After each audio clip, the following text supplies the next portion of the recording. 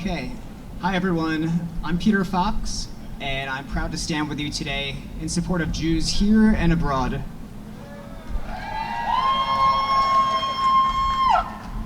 I'm a writer and a founding member of the American Jewish Committee's newly formed Alliance for Diversity, Equity, and Inclusion, for expanding community partnerships with the goal of reaching more people outside of and within the communal Jewish life. Some of you may also know me from my... Okay, well, we're not talking about that, okay? Some of you may also know me from my Twitter presence, where I praise the likes of chocolate hummus for being delicious, because it is. But this month has been a lot more serious. Okay, there's a protester in the crowd, and...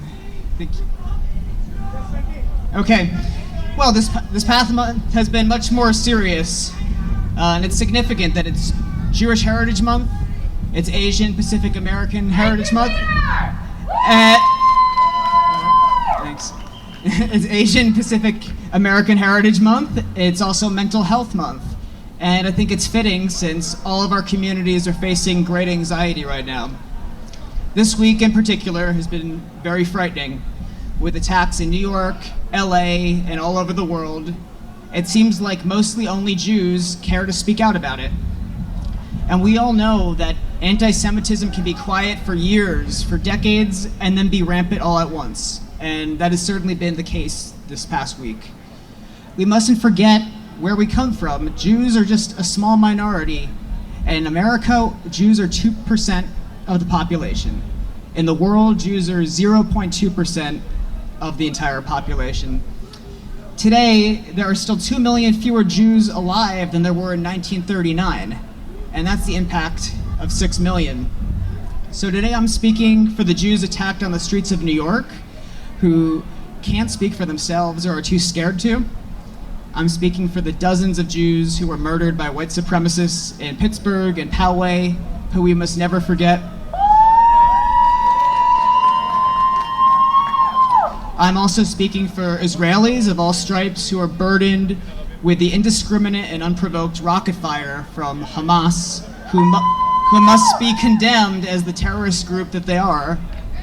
And I'm speaking for everyone who shares a common humanity and cares about the safety and dignity of others. It should not be remotely controversial to categorically denounce anti-Semitism when Jews are beaten up on the street. Yet, it feels like few non-Jews are willing to. It should also not be hard to condemn Hamas for firing thousands of rockets into Israel unprovoked.